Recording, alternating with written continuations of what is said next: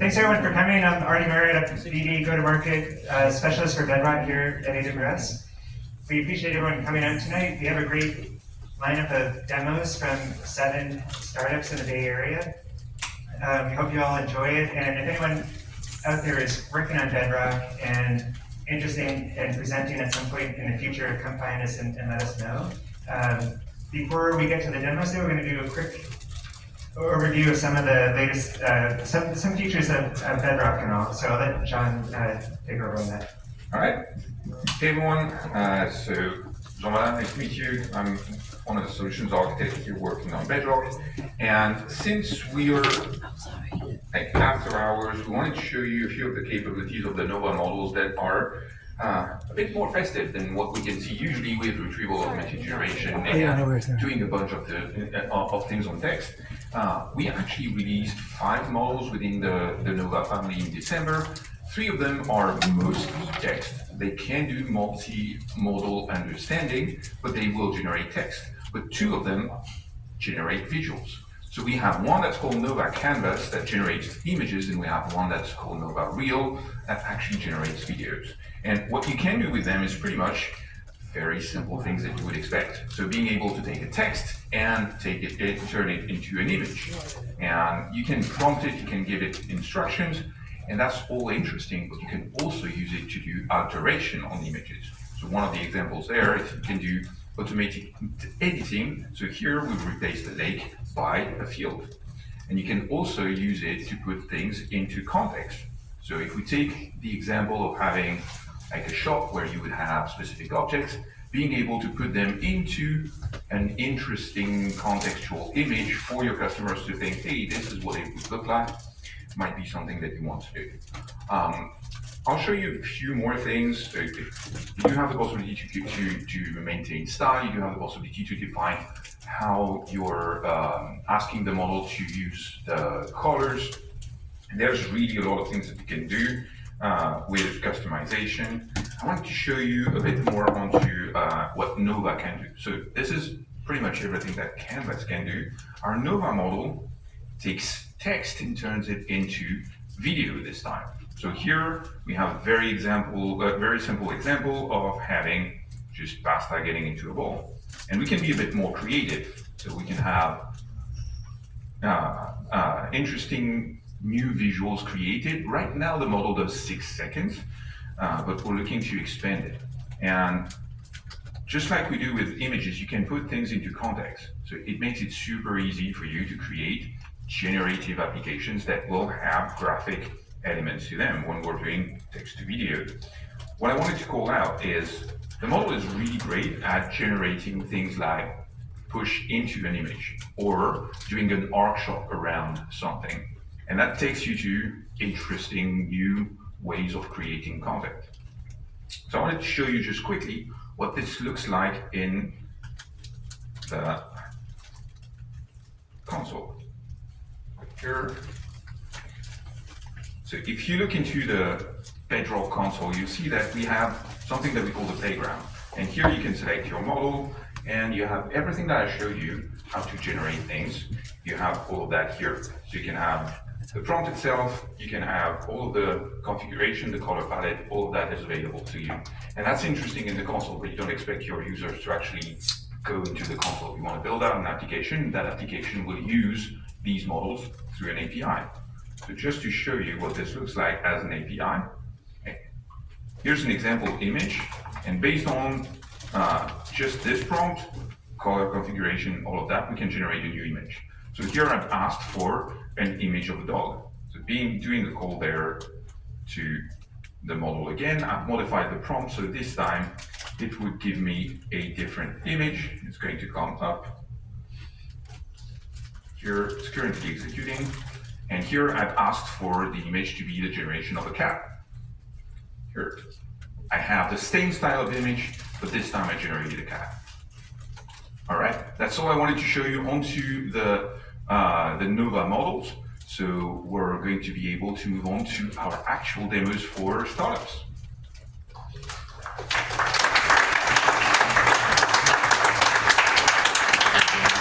So if anyone has questions about Bedrock, come find John and I. We're happy to chat about it, get you up and running, all those kind of things, show you more cat videos.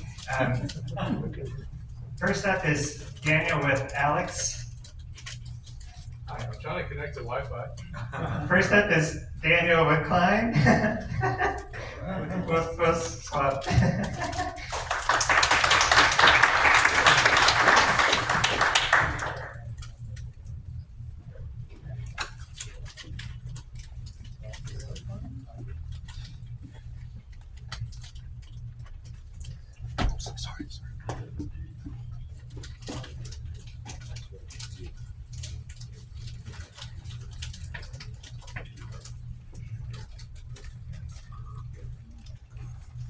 Hello everyone, I'm Daniel with Cline. I'm here to show you how you can make AI safe for work. So I have a video demo because we know how much real live demos work, so we're going to get this started here. So Cline is a VS Code extension and it allows you to write code. And for me as an engineer, that's really exciting because I don't like writing too much code. I like getting code done. That makes my boss happy, it makes me happy. And so we're going to show you how you can set up the AWS Bedrock provider to actually do that in a way where your data remains safe and you have you have the ability to do this at your work, because I think that's really important. So you're going to want to go and set up the provider. We have AWS Credential Manager profiles, so this allows you to do SSO login. Don't ask me how to set up the AWS side, that's really not my department, but once you have that hooked up on your computer with your CLI, you can log in with it. So, very easy login process. This is a big advantage because it makes it easy to get all your authentication going, and then you can just use Cline. So here, Cline, one of the cool things about having an AI tool is it can actually make its own tools. So right now for this demo, I'm going to make a tool that does Google search, and we're going to have Cline do it for me. And Cline's actually trained on model context protocol so that it can do a really good job quickly and make a model context protocol server that will Google search in under 5 minutes, which that's at least the goal of this demo. Now, so there's some good prompting advice I would have. It's when you're trying to make an AI agent to do something complicated, you want it to have a good plan ahead of time. But in this case, it's easy. So we're gonna grab a Serper set of docs and paste that in and tell it to make the server for us. So we're grabbing the response, we're grabbing the code to make the request, we're pasting it in, we're just gonna say, go for it, because this is such an easy project. It doesn't really take a lot of extra work. So here I'm doing the final prompting where you go, okay, go for it. So Cline is now going to consider its options. Here I'm using the Anthropic provider. I think Sonnet has a huge advantage because it can handle such a giant context window that we're able to just push a ton of tokens through it. So most of our competitors are trying to make money off of inference, and that's okay, I get it, but ultimately we're trying to give you the best AI agent, and so we let you use as many tokens as you want, which means, yeah, you might pay a little money for it.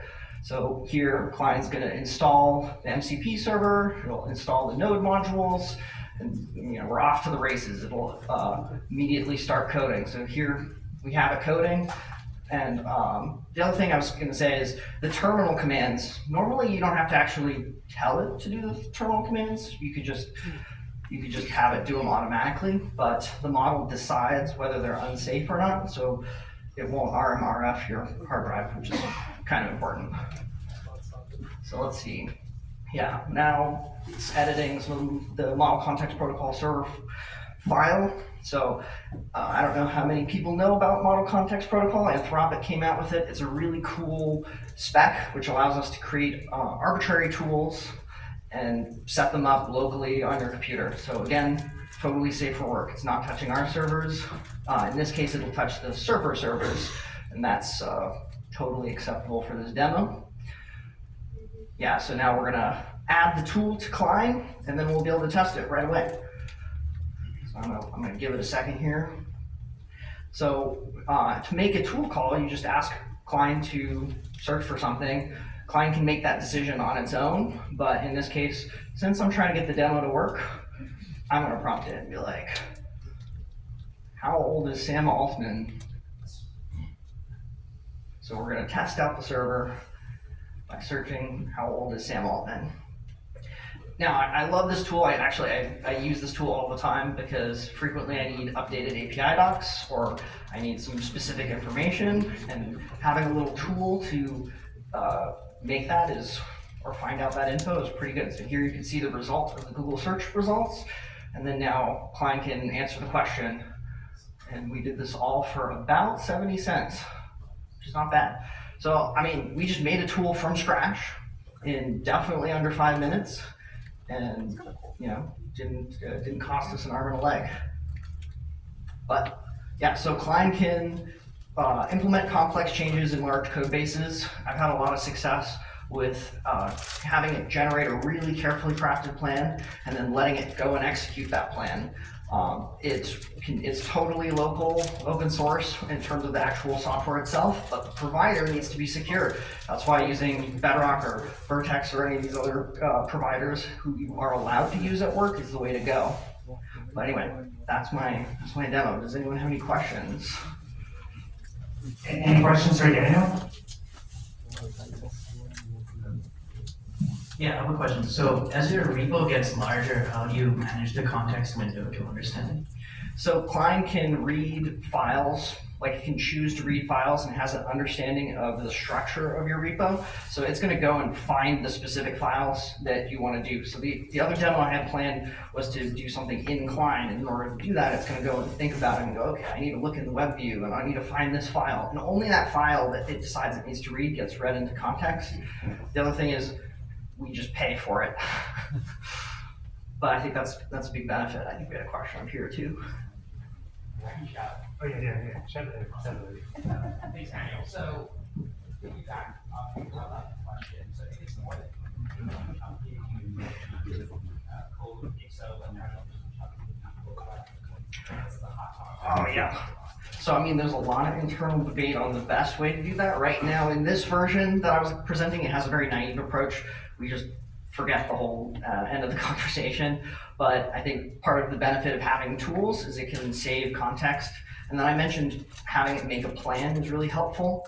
The reason for that is then if it does lose context, you can just reread the plan into context and it'll work great. But we have a lot of thoughts about how that's going to be in the very near future, but I can't really. Are certain models better than others? Because like used to like insert, right? And they use like raw big or HPC and it's pretty well optimized for that.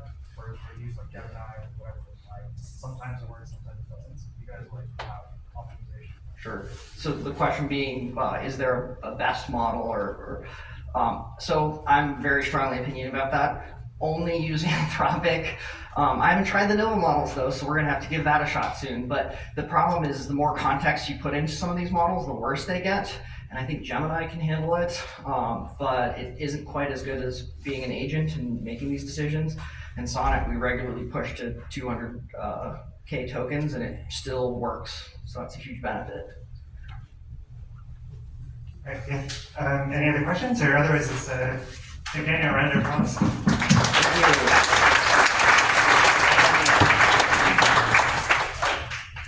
So next up is Daniel with Alex. I like out tonight because there's 3 Daniels.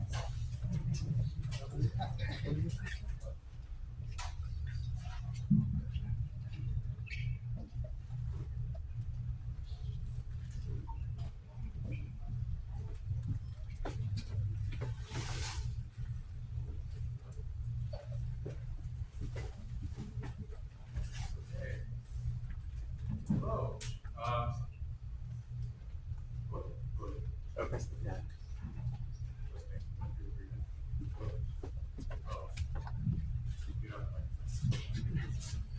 Hi. Better. Okay, I am Daniel. I'm the founder of Alex. Alex is the cursor for Xcode. Are any of you guys iOS developers? Awesome. All right. So you've probably heard of Xcode. and you may have a interesting relationship with it. But yeah, Xcode doesn't have any AI or like good AI, and I was thinking about just making all of the cursor features for Xcode, things like the sidebar chat, being able to select lines in Xcode and chatting with it, having Command K, autocomplete, fastify, all these things, agents. So we built it, and this is Alex. So on the side, you see it's a sidebar, and it kind of like follows Xcode around because we can't really directly integrate with Xcode, so we had to build a separate application that observes it using accessibility. But yeah, here in this case, I'm working on a new to-do list application. And it's a simple to-do list application. I want to chat with it by talking to it, and then have some to-do lists and reminders added. So let's check this out. Hey, so yeah, I want to have some, I want to get groceries at 3 p.m., then call my parents at 5 p.m., and then I have dinner at 6 p.m. Great. So it was able to, add these things using voice to some structured output. And this is another thing that we have created. It's called the Act API. So if you ever want to add voice control to your applications very easily, hit me up. So this is like a 2-in-1 shill session. So yeah, let's say we want to add something to this application, right? Any ideas of things that you want to change to it? Color. Color? Okay, yeah, let's change up the color. So let's say, all right. Okay, can you add some color to it, change up the style a little bit, make it nicer?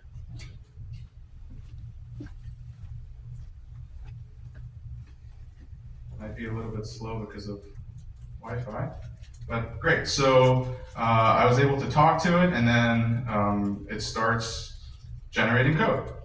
So we can see the code that's being generated.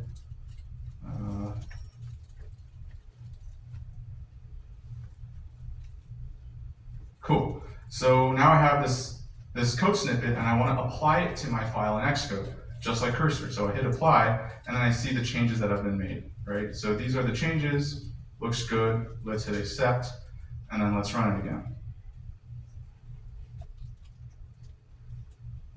Cool. Well, I don't see really any differences. Okay.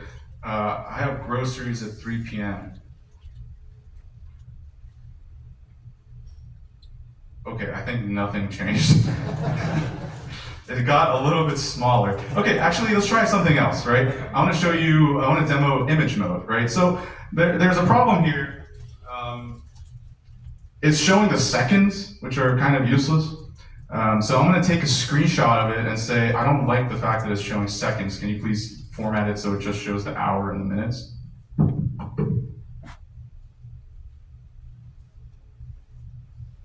So I just take a screenshot and then I drag it in there and say, I don't like that it shows the seconds.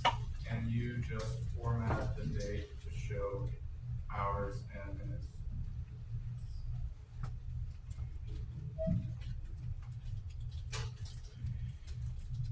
I'll use the shortened time format. Cool. So it'll write that, then I can hit apply. Great, and we have a very fast apply, so it works almost instantly. And then we can run this on this again. Groceries at 3 p.m. Okay, great. See, it works. All right, one more thing. Let's say I'm a really bad programmer and I make a ton of mistakes.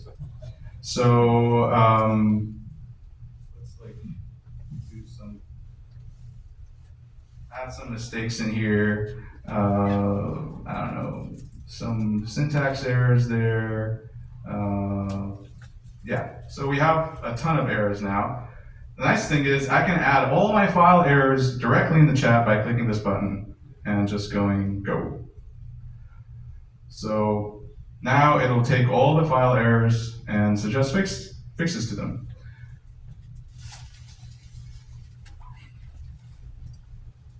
Yeah. Okay. Cool. So accept. Build failed again. Okay. But let's say I want to just fix with this one error. Nice thing is if I drop my cursor on that line, we render this little fix error button. You can just click that one and it'll directly fix that one error. So then it'll do more and more stuff. Let's see. Okay, yeah, I fixed it. Let's hopefully have that fixed now. Yes, good job. All right, so this should be fixed. No need to clap. So a couple of things I want to go like speed run. We also have something like Command K. You can select text and then have it like regenerate stuff right there. We also have autocomplete, so like GitHub Copilot style autocomplete. We also have think mode, so you can have Claude Sonnet hosted on Bedrock.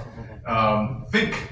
So we use DeepSeek's reasoning tokens, and then we pass it to Claude Sonnet. So we can say like fix errors. There are no errors, but let's give R1 like a panic attack right now. So you can see like, all right, let's figure out how to fix the errors, right? So it can think and then pass it over to Sonnet. You can select different models. We also have agent mode. It can automatically go and find different issues for you. So yeah, and let's say we've made these changes and we're done with it. We can click on this little button and then generate a git commit message. No changes detected in this diff. Fantastic. That's a great git commit message. But yeah, usually that works. And then you can just accept and commit right there. So yeah, if you have an iOS app and you use Xcode and you would like more AI solutions, or you're tired of tabbing back and forth between Cursor and Xcode, try out Alex. It is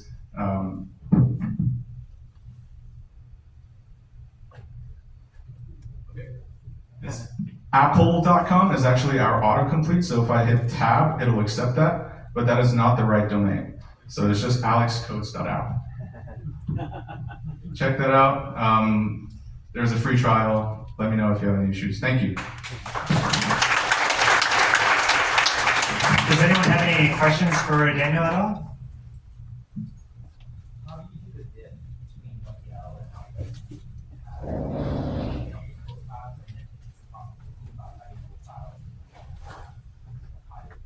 Yeah, that is a great point. Show that once more. Yeah, so let's say I have this applied, right? And you want to make sure that like it opens the right file. Is that what you want? Yeah, like what do you ask from the L and to like know the file? Oh, yeah. Okay, so we pass some context to. I'll give you an example, right? If I'm here and then I select some lines and I hit Command L, right? You see that the context got added to Alex. We include the line selected and the full path of the file. And then when we're prompt engineering, we say, please output in this code apply format, including the file, the full file path for that file that you're changing. So we take that, we know exactly what file you're looking at, we read the source, we do that. There are some fallback strategies as well, like in case the LLM makes a mistake with writing the file, you can like provide an override and stuff like that. Cool. Yes? Yeah. You said many times like it is compiled for iOS, but you do support all the platforms exposed at once. Everything in macOS, everything for Apple platforms, macOS, watchOS, iPadOS, visionOS, iPhones, obviously. Let's give Daniel a round of applause. So next up we have David with Hunch.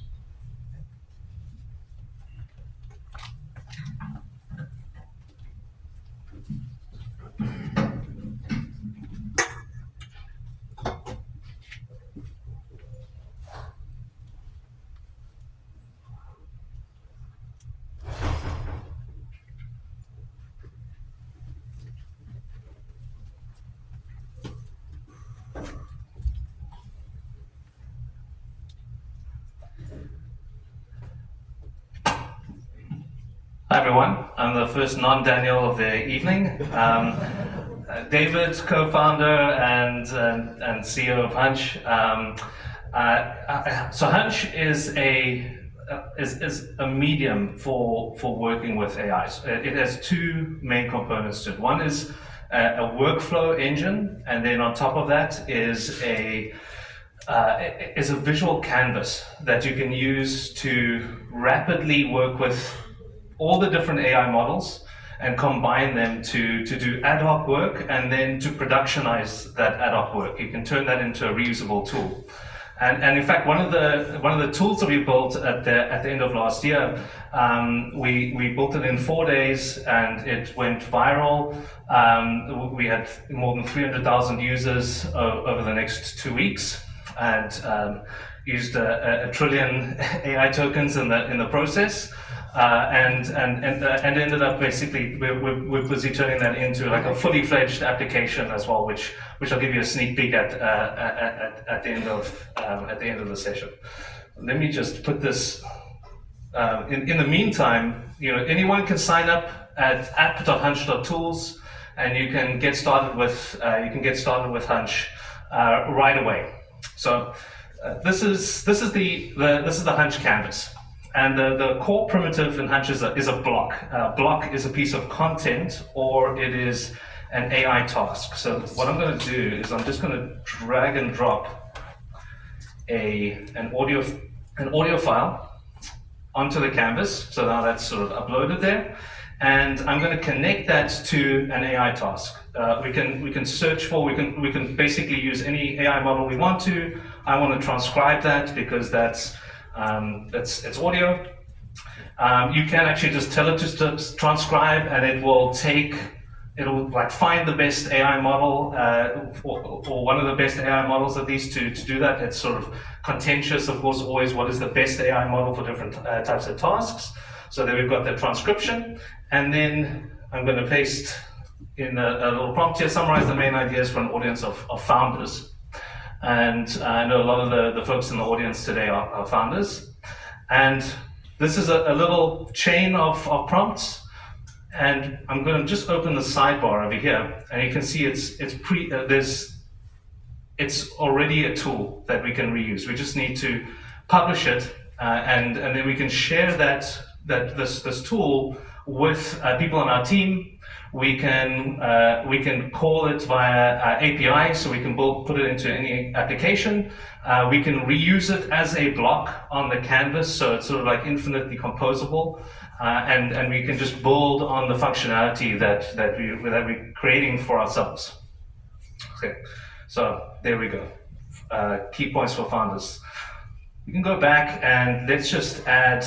We can, we've got other types of models as well, so describe this, or describe an image that comes to mind in 2 sentences. Okay. And then downstream from that, we will just create an image model. We can use Flux, we've got a whole lot.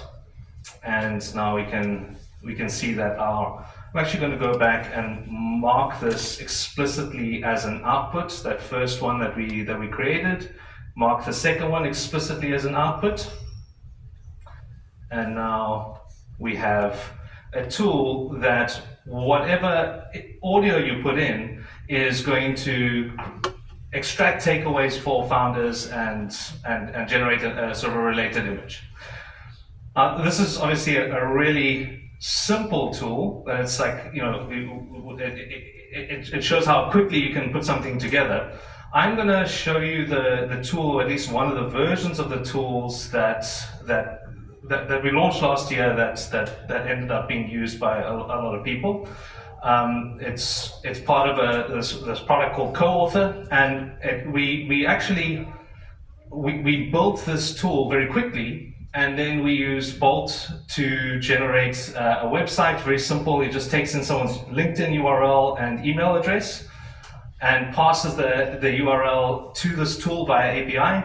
And then what we do is we look at sort of their LinkedIn presence and what they did in the previous year, and we generate a highlights card that is really personalized to them, and this LinkedIn post that's written kind of in their tone of voice that they can then share. So this is what a lot of people end up sharing, and we also generated kind of an email text that we sent. So I'm just going to show you very briefly how this works. They're kind of two separate chains. One takes all of your LinkedIn presence and then analyzes your top posts, and then in parallel builds a little retrospective of your year. It looks at what happened in that timeline. So we're using different models with sort of different strengths and different context windows, depending on how much information we're putting in and depending on how many examples we had. So initially we were using like Sonnet for virtually everything because it produced the best results, and then we use some of those results to then replace the models and sort of decompose some of the tasks into like Foro Mini and Claude 3.5 Haiku, and in this case Gemini 1.5 Flash. And one of the sort of really unique things that Hunch enables you to do very quickly is, instead of just prompt engineering or prompt crafting, where you're trying to write that perfect prompt and give the perfect context for one action, is it allows you to really rapidly experiment with different models, different prompts, and different ways of breaking down that task. So instead of just trying to do something with one model in one step, you can break it down like we did here, where we basically said, okay, well, what do people like about your top posts? What happened in the year for you? How do we, let's try and like represent that in a sort of relatively structured way. Let's look at all of your posts and generate a style guide. Then let's draft the post for you. Let's critique that post and figure out how do we change it to make it more kind of in your tone of voice, and then finally using Claude 3.5 Sonnet to take all of that and write the sort of ideal post at the end. And in parallel, we're doing a bunch of the similar sort of stuff to create the image.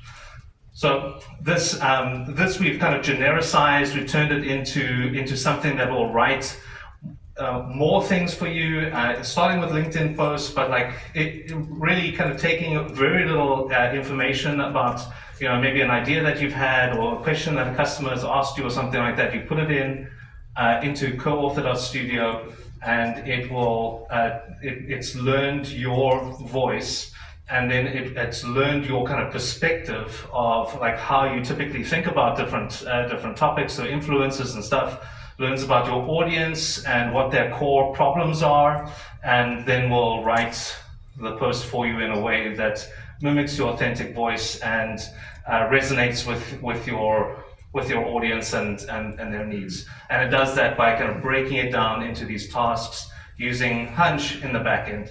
So you're welcome to sign up for early access to co-author. Anyone who signs up during this, we've got about 95,000 people on the wait list.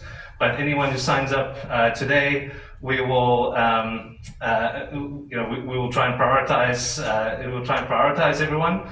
But in the meantime, you're welcome to just log into Hunch at app.hunch.tools and play with it and use it to do whatever you like. Anyone have any questions? Yes, question.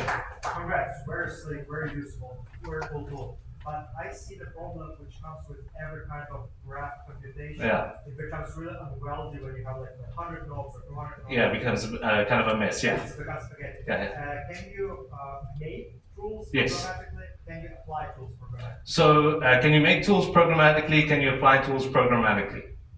So yes, to a degree. So the first thing is that you can make this.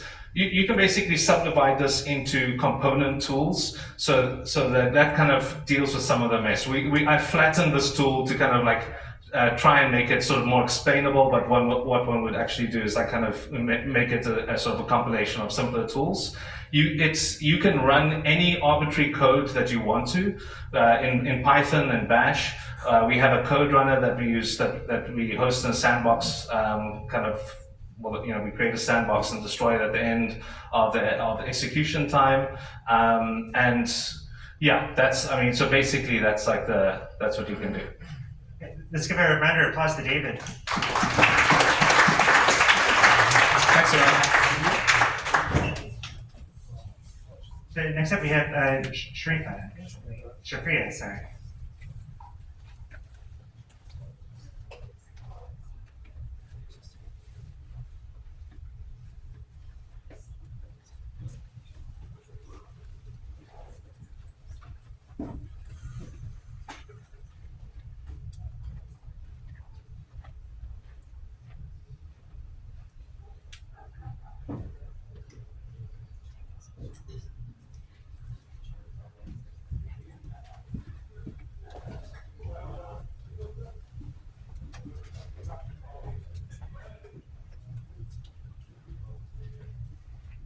Hello everyone, good evening. So you had good dinner, I think, pizza. So let's see some. So I'm going to talk about, I'm from Tresle, I'm head of product, and we have created a product that can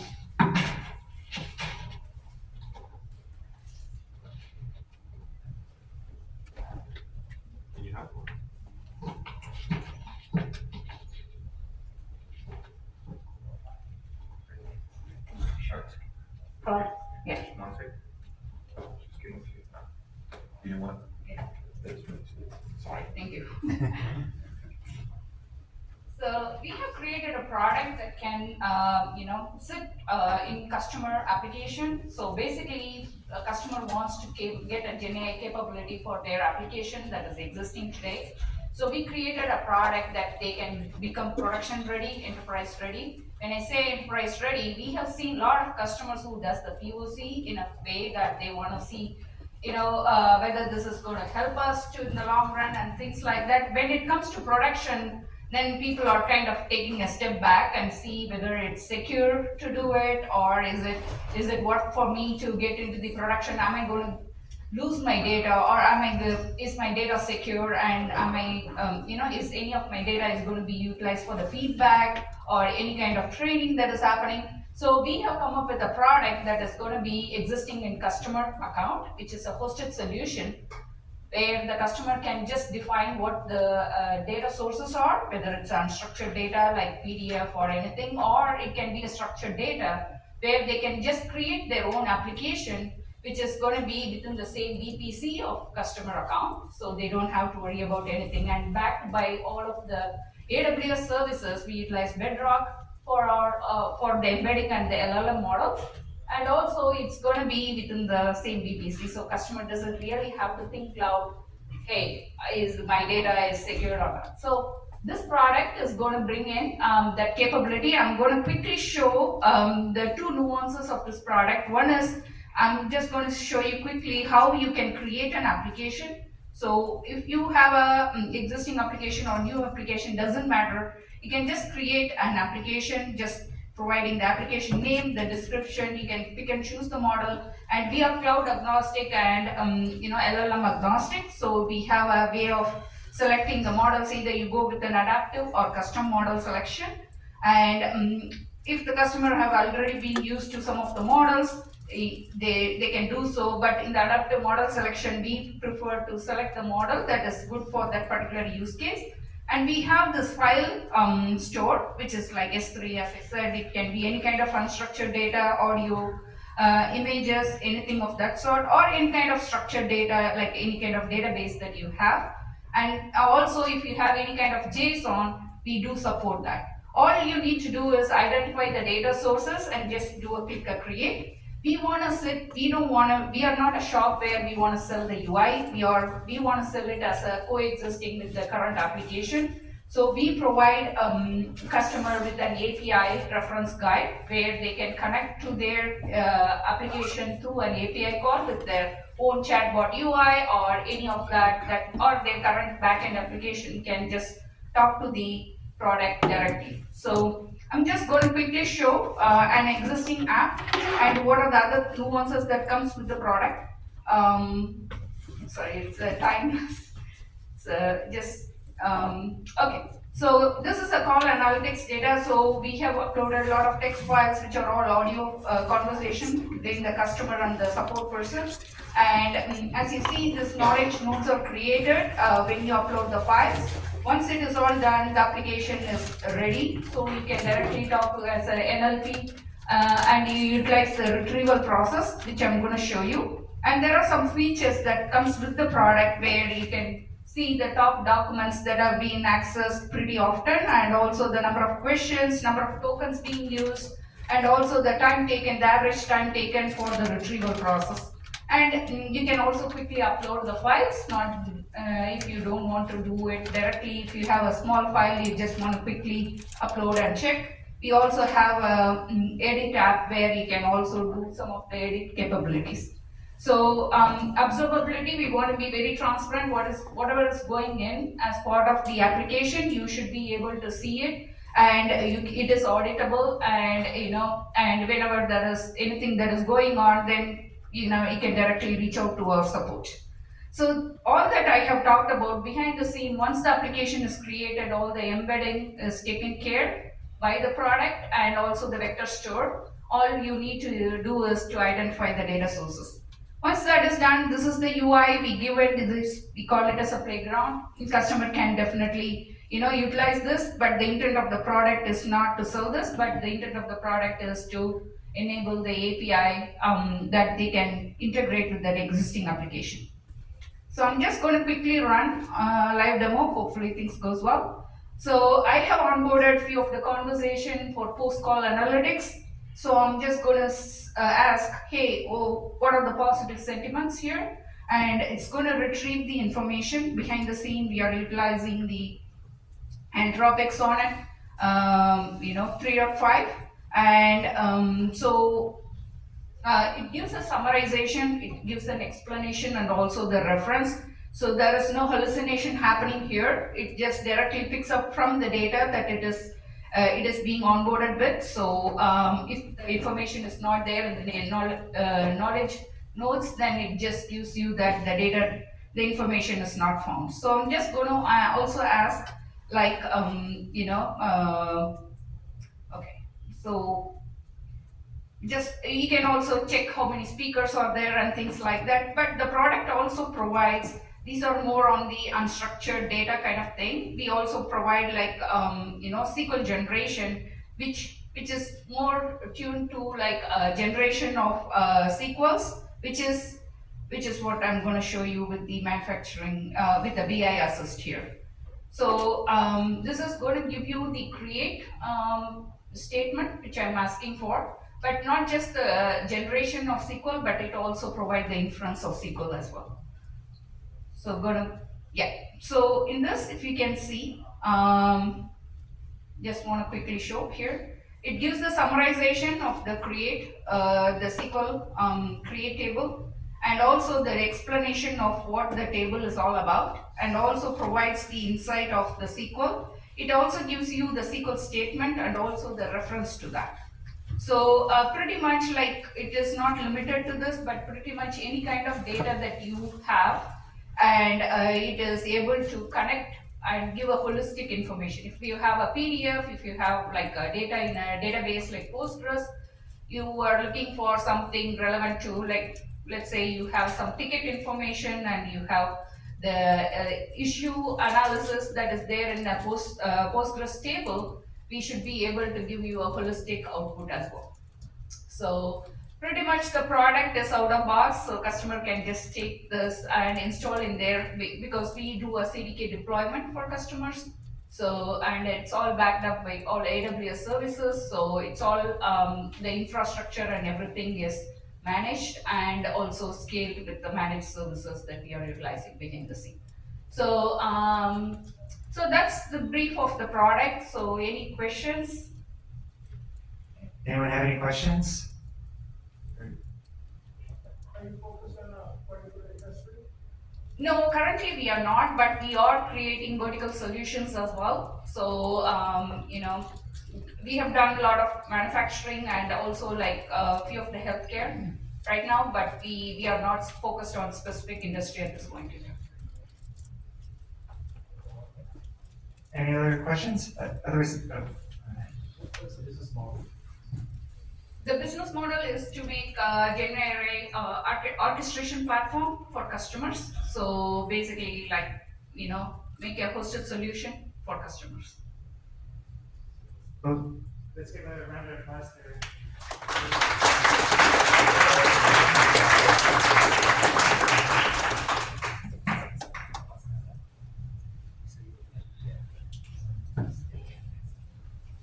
so next up we have Jackie with Trellis.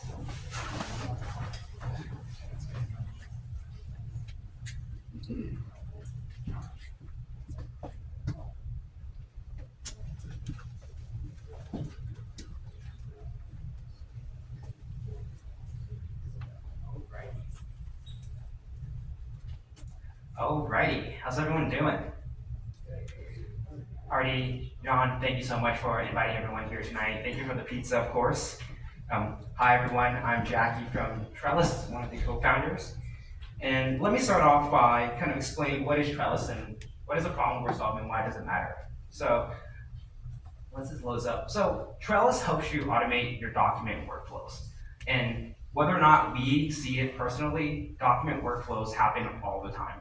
When you go to a doctor's, when you file an insurance claims, when you have a lab diagnostic report, when you do a blood test, someone takes the PDF or document that gets generated, reads it, extracts it, and manually, more often than not, manually puts that information and document into a system of record. And what we do at Trellis is we use AI to help automate your workflow. So what this looks like oftentimes, in this example, these are MSA contracts. We take in your contracts. You probably want the same set of fields from your contracts every time. This could be the amount, this could be the billing terms, it could be the payment date, the address, and we can automate that workflow for you. So let me start off by showing you the Trellis dashboard. Let me go ahead and maybe create an example project of what a customer of Trellis would use us for today. So we'll start from scratch, we'll call this lab reports.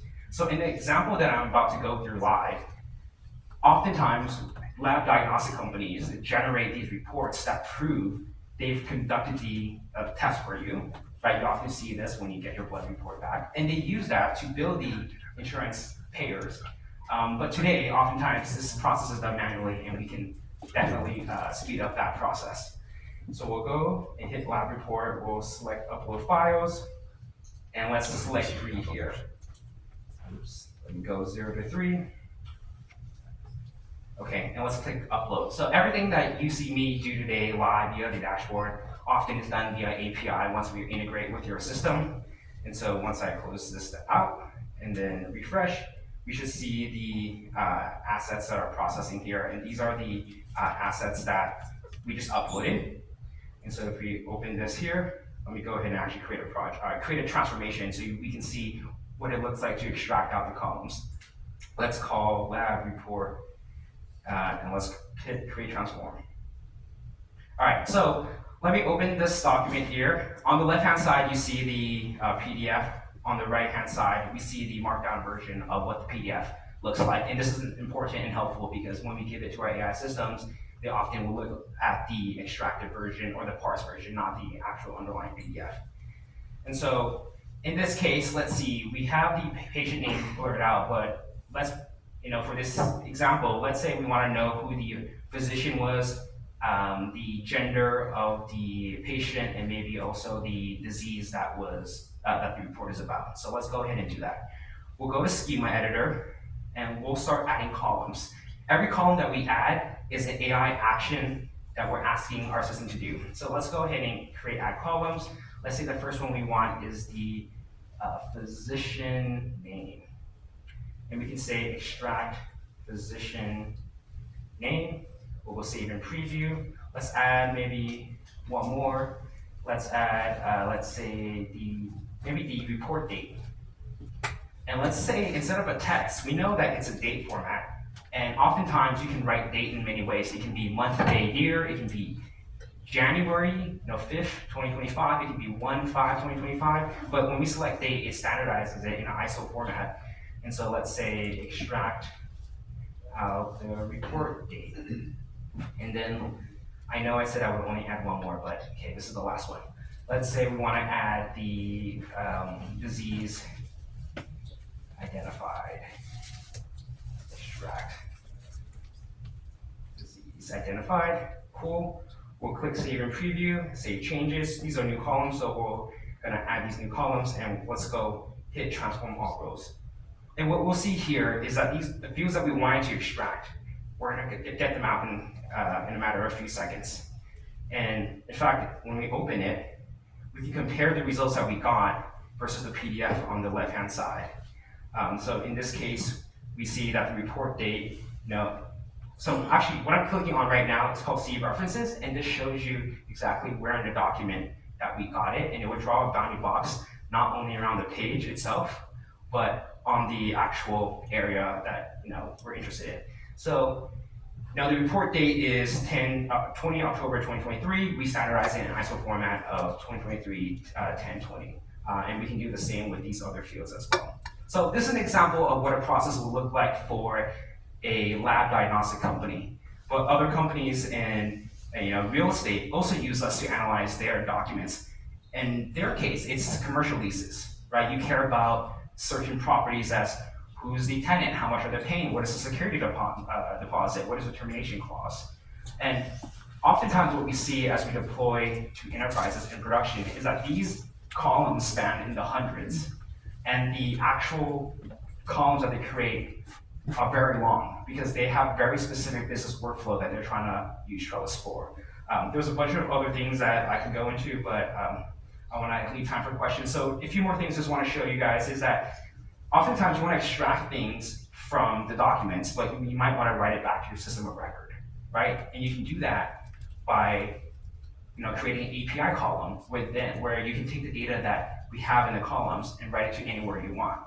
If you want to run a AI extraction or classification on the results itself, you can do that as well. So what ends up happening oftentimes is that you have this very complex business workflow that you encode in Trellis. And what we've seen is that we've been able to really save a lot of time and improve efficiency in many of the most critical business workflows, whether it's underwriting, lab processing, claim adjudication.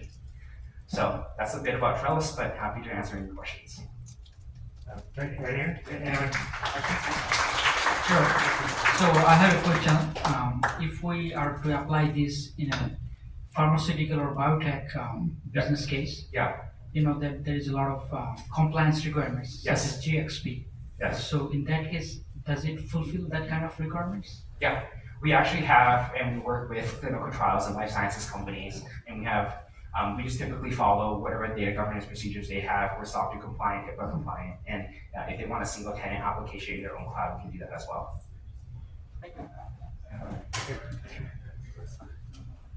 Yeah, so for a lot of things like academic papers or also for patents, you have a lot of like core information inside images. Are you able to like decode that as well and provide feedback on the images themselves? Yes. And so we have a mode called vision mode where it looks at the rendered PDF instead of the extracted content. And the reason why we have that is oftentimes with contract, people want to see whether or not it's signed. Right? We're not going to be able to identify whether or not the signature is valid, but we can see whether or not it's signed. And so that's when we use vision mode. And in that case, if you want structure analysis or structure extraction, we use vision mode.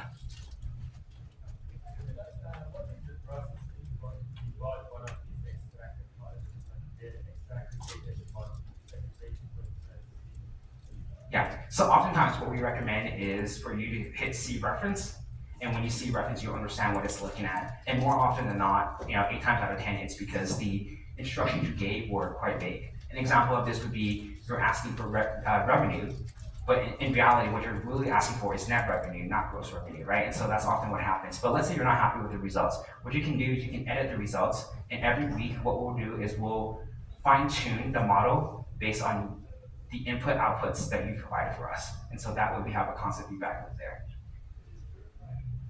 So for healthcare clinics, you would still have the problem of having to convert faxes into a PDF before you could use this. Correct. We currently don't have a way to directly connect to fax machines. Figured that, but Yeah. I'd ask anyway. Yeah. One in the front there, the last one, yeah. Yeah, that's a great presentation about media commercial contracts. Yeah. I'll ask a simple question. It's a presentation is very good to the point, and you connected to the audience.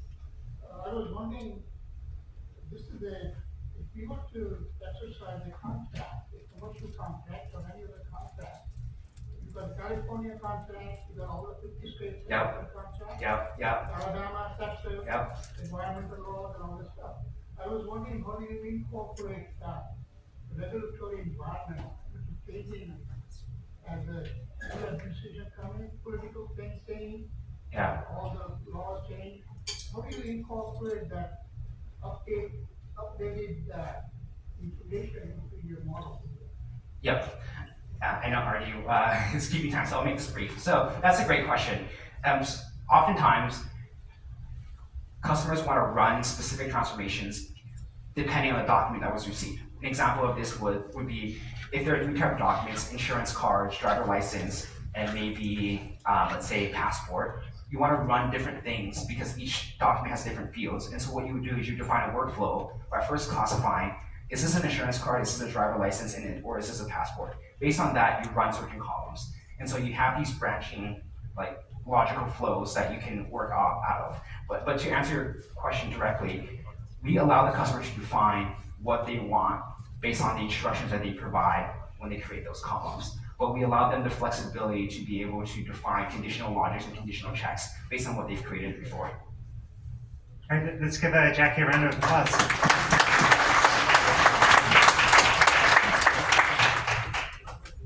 So next up we have Matt with Mixlearn.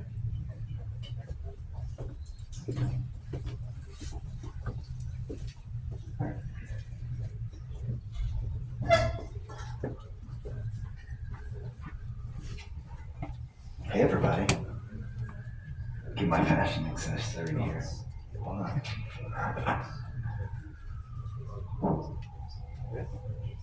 How do I look? How do I sound?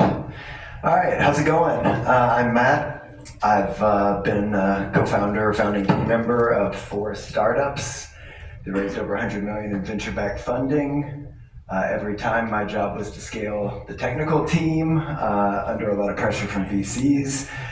Every time I failed, turns out I wasn't alone.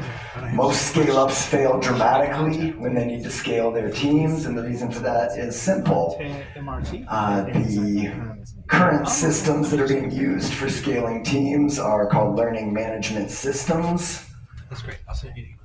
They are basically glorified e-learning platforms, and they look a lot like YouTube. Oh, don't worry, I got it. Just given a case in point of technical failure here. So, they look a lot like YouTube, and people are supposed to learn everything they need to know from their company about these systems.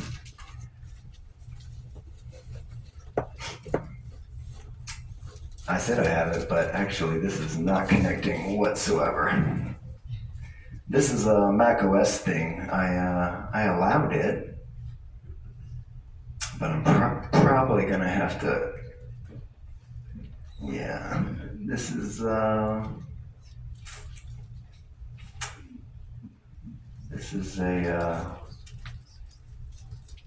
Yeah. It's a system prompt thing, actually. Yeah.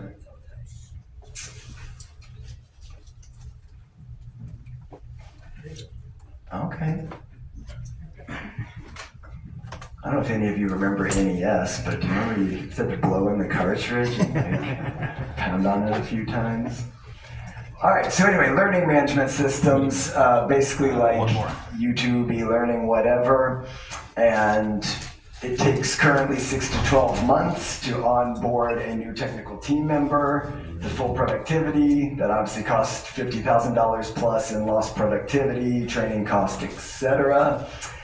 After that time, on average, people stay about 12 months at a company, and during that time, they spend most of their time using using ChatGPT to hide all the things they don't know, compromising company data, and making up for all the things they didn't learn from the company's super archaic training system. And so we thought, what if we combined an LLM, which is a comfortable format for people to ask questions, with a learning management system, or LMS, and this creates an architecture which in AI is known as human-in-the-loop generative AI. So you take something that you're probably very familiar with, which is generative AI. Maybe you know about RAG, retrieval augmentation, agentic systems. What you may not know about is human-in-the-loop. And what's cool about Mixlearn is if I'm a new employee at a company, I'm going to demo this through our Slack bot, but you can also go straight to our web app. And I'm going to converse with it just like ChatGPT, but it's going to do things that are incredibly different on the back end. And so I'm going to ask questions that a new hire might ask, like, what is Mixlearn's mission? Seems like an obvious starting question, but 80% of team members in scale-ups cannot answer this question about their own company. I don't know if you can see this, but it says Mixlearn's mission is to accelerate the world's learning by providing a personalized learning experience accessible, etc. Now, this answer is provided by our retrieval augmented generator, which means it uses documents that it can access within the company's organization securely to provide a contextual generated answer that's specific to the company. Now, that part's cool, but you can do that other places, right? What is particularly interesting is that after our AI router routes this to the best model for a retrieval augmented answer, it then routes it to our human expert model using a skills inference matrix, finding the best people to add additional human context, okay, to the AI provided answer. And so here a human expert has weighed in on this thread, and this is interesting because what they've said here is they've gone one step further than the AI model, and they've added a connection between the mission statement and the vision statement. And so it says, if we succeed, we will build a more connected world of rapid learning and innovation. Virtually every technical leader on earth wants you to know the mission statement and the vision and the connection between them. There's no RAG on earth that's going to do that out of the box on its own. You basically have to be a embedded expert on the team to understand this, okay? And so now, okay, I understand the mission, and so I want to start coding. Let's say I'm a fairly junior coder, and so I say something like, how do I merge two dictionaries in Python? You'd be surprised how many of these technical questions end up going to ChatGPT in a way that leadership never actually gets to assess where skill gaps are. Not only are you compromising company data potentially, but I think the bigger problem is not knowing where skill gaps actually are and how your training program actually went, okay? Again, Mixlearn gives an answer, and so we begin, again, we get an AI response. You can use the update method to merge two dictionaries. If you're familiar with Python, obviously you know that's completely true. It could be, however, that this particular team has a stylistic guideline or some other context, and so again, having particular expert information, human expert from the team, this is going to be more senior dev, they go, hey, actually, if you're on Python 3.9 plus, you can just use the merge operator. It's a new thing you can do, and we like it stylistically. That could be brand new information. Technically, this could be represented by access to data, such as in a code base, but what if it were a new stylistic implementation that just got added to coding standards last week? A RAG is not going to cover that. A human-in-the-loop RAG system will. Okay, and then maybe this new hire wants to get in way over their head, and they want to understand how does they actually work under the hood, and they go down some rabbit hole online. I'm sure no one's ever done that. But they go, oh, Hessians have something to do with AI, and so now they're asking questions to ChatGPT about Hessians. What is a Hessian matrix, and how do I calculate it? Okay. I think this is a fairly common time and productivity suck on technical teams where Well-meaning curiosity takes you down a rabbit hole of theory that has very little to do with the project you're working on. And of course, like, generative AI is not going to stop you from doing that. In fact, there's nothing they would love more, any LLM on earth, to the extent that it has any sense of perspective at all. You asking more questions is going to be like a good thing for the LLM, right? And so when I ask this question, I get the Hessian matrix is a square matrix of second-order partial derivatives. Obviously, that's a theoretical answer. It's part of how AI is actually constructed mathematically. And now I'm going further down the rabbit hole. I go, hey, can you give a partial example? Like, I want to be able to calculate Hessians by hand. I don't know why. I did my PhD in the math department, not the computer science department, so I spent a lot of time actually writing these things out on paper. And so, okay, like, I'm further down the rabbit hole, but basically I'm getting way off track, and someone on the senior side is say, hey, by the way, we use Hessians all the time in AI, like PyTorch has a function for that, like just use autograd, right? Now, the final thing, because I mentioned we're merging this with a learning management system, now that I've asked all these questions, I've gotten senior level input on every answer. Two things happen. One, the actual RAG system itself gets retrained and customized based on the expert answers from my team. And two, when the team member goes later and is ready to do something in their learning management system, they've got something like this. They go, hey, it's time for your daily quiz. And so they go, hey, okay, I'm gonna start that quiz now. And what happens here is Mixlearn has actually generated a set of learning management content and quizzes. I'm gonna take like a 2-minute freebie here, if that's all right with you, because the USB was like, I don't know, it was all. So I take the quiz. If I wanted to Christmas tree my way through this and get to the end, this is all based on the actual questions that I asked. Obviously I did very poorly because I Christmas treed, and now I want to review answers with additional AI and expert level guidance. So by combining an LLM and an LMS system, we've created a superior AI architecture as well as a skills inference and learning system which is rapidly adaptive for modern businesses. And I think we can still do quick questions if there's like a forgiveness policy here. Yeah? How much the upfront setup of this do you get to Just connect to Slack, and if you don't want to connect to Slack, you just go to the web app and you can have the same conversations there. Yeah, because we actually, in the Slack case, we're actually using Slack as well as the questions that people are able to answer to determine skills. And that's something that's really unique about us. Questions are anonymous, and asking questions never decreases your skill inference. But answering other people's questions in a way which they accept and find helpful increases your skill expertise and further bolsters your profile on those skill sets. Other questions? By the way, if you want to try this right now for free, just scan the QR code and you'll be added into our public Mixlearn community in Slack. And you're kind of in a fake business, which is called Mixlearn Community, where learning about the business means you're learning more about the community. The community is just kind of like networking for devs and stuff, but you can actually learn and ask technical questions as though you were doing it in your business. But it's available to everyone publicly. I have one last question here. Yeah. Sorry. Can I ask a relevant question? Yeah.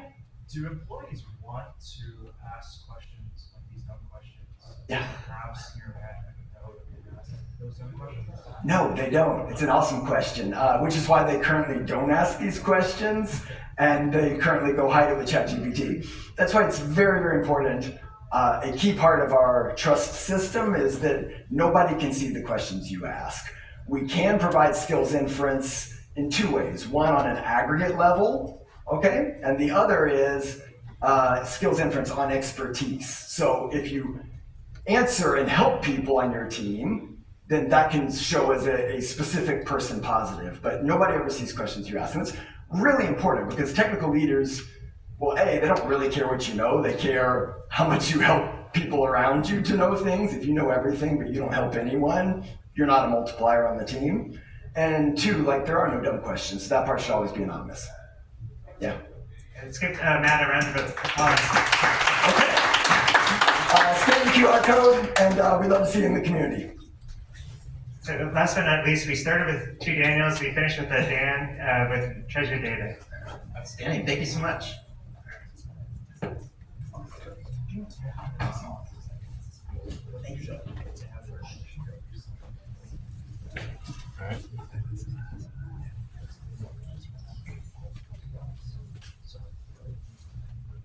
All right, good evening. Thanks so much to Artie and our account team for inviting us.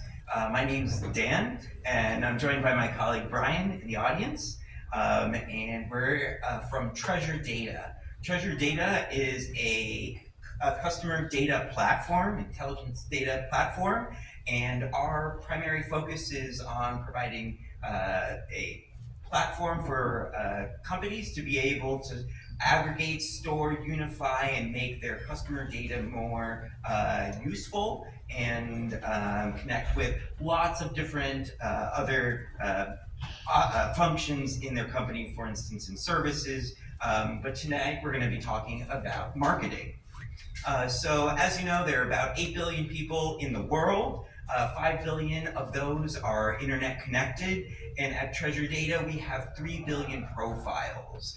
And we're very fortunate that we have a lot of outstanding customers who trust us with our customer data. And we're focused on developing our solutions, of course, safely and securely with good data governance. So I want to put yourself in kind of the frame of a marketer at a large company, perhaps at Yum Brands. They own KFC. Think of yourself as maybe chief marketing officer for KFC. Part of the problem is that you have a lot of work ahead of you if you're going to kick off a campaign. This takes perhaps 3 months of work and countless individuals. Now, the thought that our CEO has proposed to those CMOs is, how can you possibly do it in 3 minutes as opposed to 3 months? And so what we wanted to do is first take off sort of the planning phase and do that with an integrated co-pilot in our product. So typically, most of marketers come into Treasure Data and they're able to access what we call Audience Studio. It's where marketers might come in to create different segments and then activate those segments out through, say, email, SMS, create different customer journeys through a journey orchestration tool. And the gentleman before us previously said, it takes up perhaps 6 months for an individual to get up to speed. Think about a marketer who perhaps is not data savvy. Marketers typically don't write SQL code and might be spending a lot of time going back and forth between data scientists or analytics teams to understand more about the customers so that they're able to better create segments that drive business value. So what we did on Amazon Bedrock is develop a co-pilot that enables a marketer to have the skills and savvy of like a co-pilot data scientist or data analyst with them to make their life faster, easier, and simpler. So in kind of this location, we'll be able to converse with it, and it uses a retrieval augmented generation architecture to be able to pull the data that is in their customer data platform, Treasure Data, to ensure that the data are grounded in the truth data, and so there's no confabulations or hallucinations. So as an example, let's ask the marketing co-pilot about this. This is, of course, a demo environment because we're good stewards of our customers' data, so this is all fabricated synthetic data. But let's say, tell me about my customers' ages. And so what it's going to do is, basically understand first the potential query. We're very pro-human in the loop. So we want to make sure that the marketer is feeling empowered, and the system will ask for confirmation about any of the actions. It's able to understand in our customer data platform, or CDP, in our tables that there are perhaps multiple different attributes or columns. Let's say we can go with one. We could also analyze both. And so right now it is kind of translating all the user input into SQL code, runs it all in the back. Again, this is all abstracted away for the marketer because they don't need to worry about that. It runs a Presto job in the back end to be able to aggregate and get the data using our RAG architecture. And so right now it's running this query across hundreds of thousands of records, so you've got to give it a little bit of time. But the benefit is you're saving, again, hours, if not days, of having to wait for a data scientist to do this for you.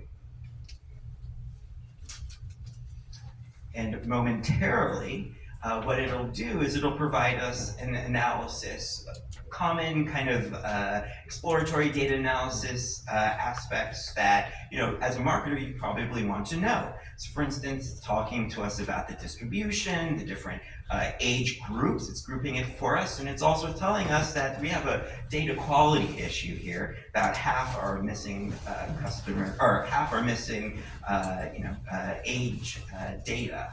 It's also giving us a visualization. With that visualization, you can download it.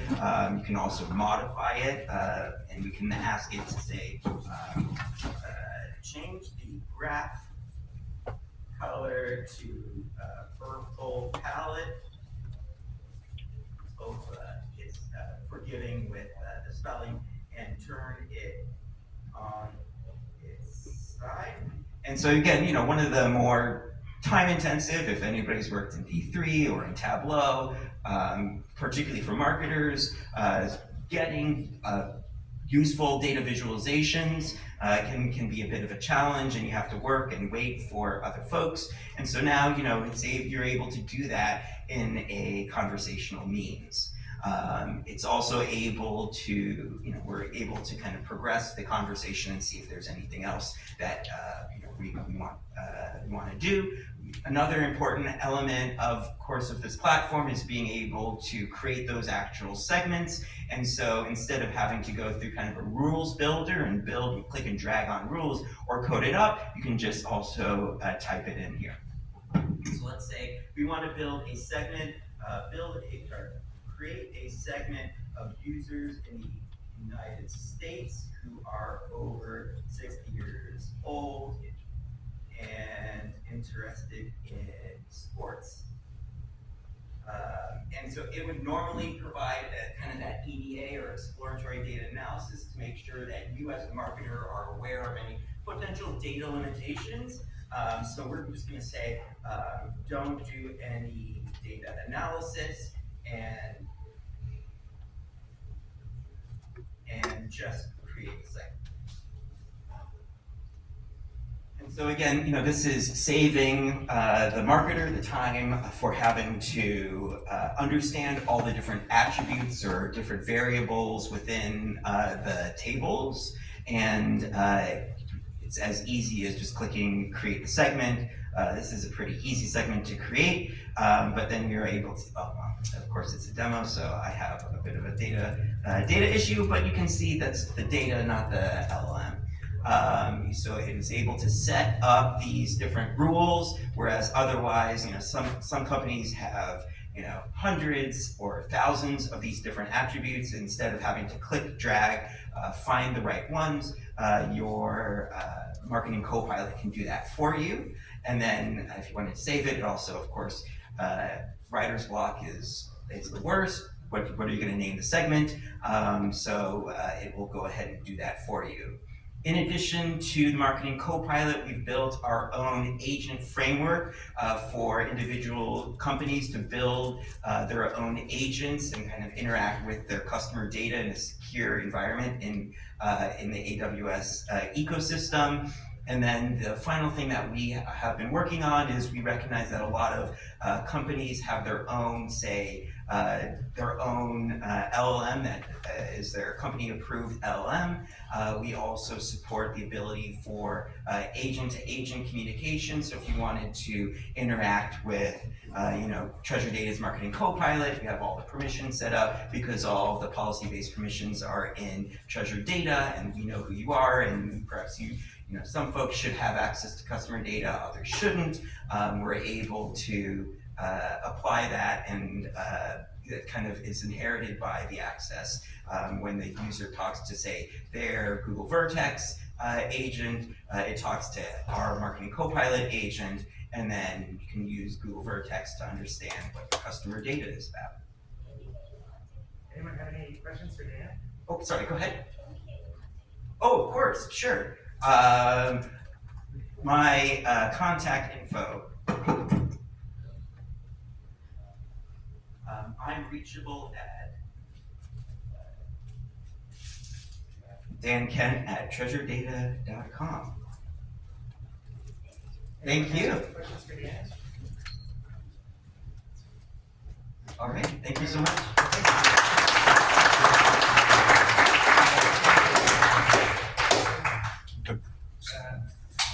So we have one small request for folks, if you can.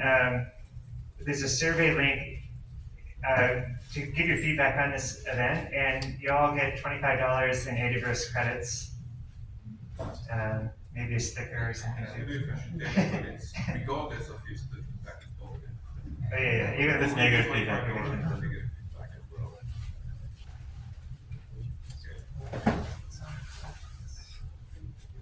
Yeah, so if you have a chance, you can fill this out. We definitely appreciate it. The team that puts on all the events would definitely appreciate it. Our next event is March 18th. So if there's startups that want to demo, reach out to Jean and I. And if anyone has questions about Bedrock, like I mentioned before, we're here to help answer any questions. But we appreciate everyone coming tonight. I think there might still be some drinks left. I know the food plant, but you're welcome to hang out for a bit longer too, just the network. But thanks again, everyone.